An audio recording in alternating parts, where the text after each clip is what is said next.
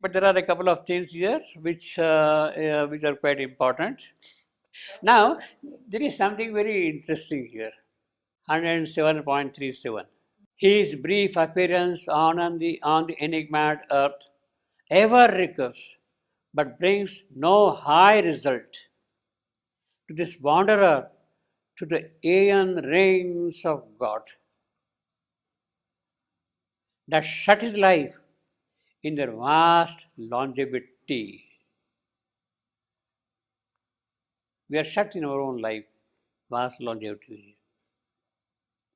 We are wandering. Now, this is a very beautiful, she is a really learned person, as I was telling you. She has read the Greek mythology very well. This lady, she has really learned. Aeon rings of God. Now, this is a modification. Rings of God is essentially the echo, it is a metaphor of the rings of Pandora. Rings of Pandora. She has turned it into aeon rings of God. These are the rings of Pandora. And she is describing directly with that. Now, rings of Pandora are the several circular highways that surround the lower levels of Pandora's temple. Pandora's temple and circular highways. Yes. The first ring is just a long circular corridor with a passage that leads to the temple of the crystal eye. First ring will lead to the palace of the crystal eye. There are well, I'm just first describing the thing. By pulling the lever, the rings can rotate to reveal other passages that lead to the challenge of Atlas. That is the second ring, the challenge of Atlas. And the chamber of the god, that is the third ring, which requires both muse keys to open the chamber. So these are the muse who will be able to open the chambers. The second circle is an outer hallway with a giant spiked roller running through it. The central ring is a pool of water that surrounds a giant statue of Zeus. So the statue of Zeus is there and surrounding that. Within the water, there's a tunnel that leads to the challenge of Hades down below. Also, there's a wooden ladder that can be found there that goes up to a platform which contains a hallway that leads to challenge of Poseidon. Down below, challenge of Poseidon. Which the only way to reach it is by jumping on the spiked roller and then jumping on the ladder. Spiked roller and jump on that ladder. That's the only way. So these are these several rings. And this hero, Kratos, as Kratos continues completing the various temple challenges as described here, he goes deeper and deeper into the rings until he finally gains access to the innermost ring, drains the water, and aligns all the rings so that a beam can shoot straight through them all from the temple of the crystal eye, granting him passage to the upper levels of the temple. Pardon me? So these are the rings. How many rings there is? Seven. Seven or more? Yeah, described here. I think five or so. Something. Five or so. So here, to wander, to this wanderer through the aeon rings of God, the ageless rings of God. It is not of Pandora, but of God Himself. Now, we'll just read something as a small passage of the first ring. First ring. See, run around this ring hall until you reach the far end of it. See, that's the description. Now, ring by ring, how you go and what you encounter is described. See, where you will find a doorway on the right that leads to a brief obstacle course. You will have to dodge between these slamming spiked walls to make it through alive.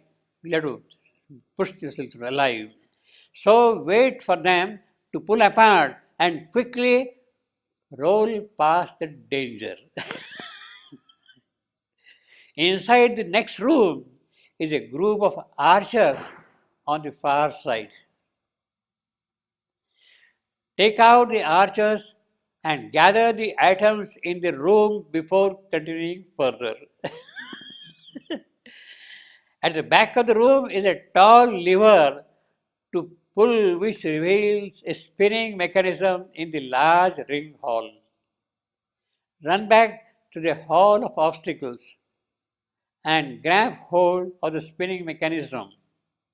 Rotate it counterclockwise for a while. He gives instructions. And you will soon see a new hall appear past the doorway of the left. So another hall like that goes on. So this well like that they have described all the stages till you go into the from this temple to the upper temple like that. You see like that.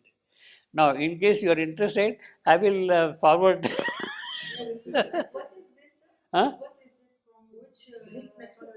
Mythology? This is Greek mythology. Greek?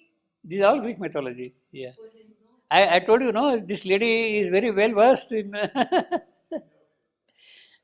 Ian Ring. No, but she, she is capitalizing on that mythology and converting into Ian rings of God. The whole cycle, she is talking in terms of divine possibilities which can open out ring after ring. And therefore, this is the enigma at earth. This is the riddle of the earth, the riddle of the earth, passing through that, you see. So she is asking a very deeply studied question, you see, that way. The whole history of mythology is there, you see, already. And then she is asking about the question, whence row the call of this for sorrow and pain? No. There is another thing which is making very beautiful once more. Yeah. See? So she was talking about Greek mythology. And when she is describing Greek mythology, she has brought the reference to the rings of Pandora. And that description, Narad could understand. Otherwise, he would not be able to make any head or tail out of it. See what she is speaking of. Every word which she is uttering, he has to understand in order to answer her. And that is what will follow later on. So he has understood the Greek mythological reference to the Greek mythology. Now here is another reference. All is an episode in a meaningless tale. This is what she is summarizing ultimately. This is only a small little incident in a meaningless tale. And she also says, all is an episode in a meaningless tale. She is now referring to Shakespeare, Macbeth. So she has really studied Shakespeare also. And we have the description in the last act of Macbeth, fifth act, when the king finds his wife dead and all that kind of thing and whatnot. Question that thing, you see.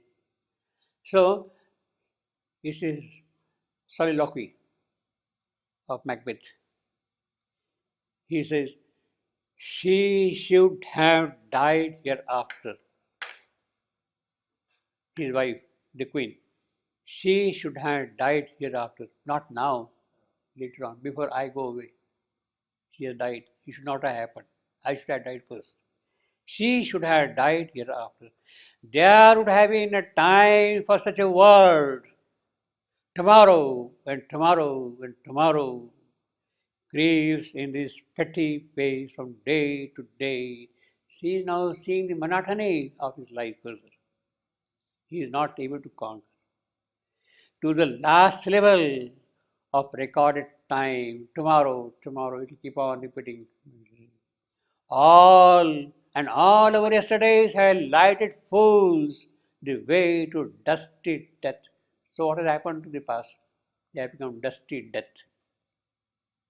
Dusty death. Out, out, brief candle. He is talking of his life. Get quenched, get vanished, get put off. Out, out, brief candle. That is what life is, you see. Life is but a walking shadow. What a beautiful metaphor. Walking shadow. A poor player that struts and frays his art upon the stage. On the stage he comes and walks like a shadow. And then is heard no more. The shadow comes, walks on the stage and disappears. Is heard no more. You see. It is a tale told by an idiot, full of sound and fury, signifying nothing. Life's shadow walking on the stage goes away, told by an idiot, full of sound and fury, signifying nothing. This is what she says also here, no? This is an episode in a meaningless tale. It's a story told by an idiot, you see. That's what she says. Now, there is something interesting also here. So she has really read Macbeth. In Macbeth's final soliloquy, the audience sees his final conclusion about life. This is what she is describing basically. It is devoid of any meaning. Life is devoid of any meaning. See. Full of contrived struggles. Days on this earth are short. A brief candle. It lies for a while and disappears. A brief candle. And an ignorant march towards a fruitless demise. This is exactly what she is voicing. This is exactly what she is voicing, you see, demise.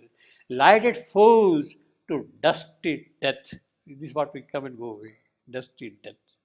A person's life is so insubstantial that it is comparable to an actor who fills minor roles in an absurd play.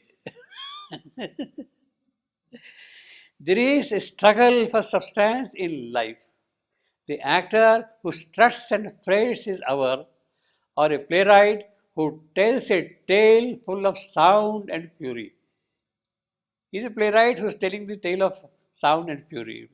But it is contrived and senseless and will thus fade into obscurity. It will disappear again.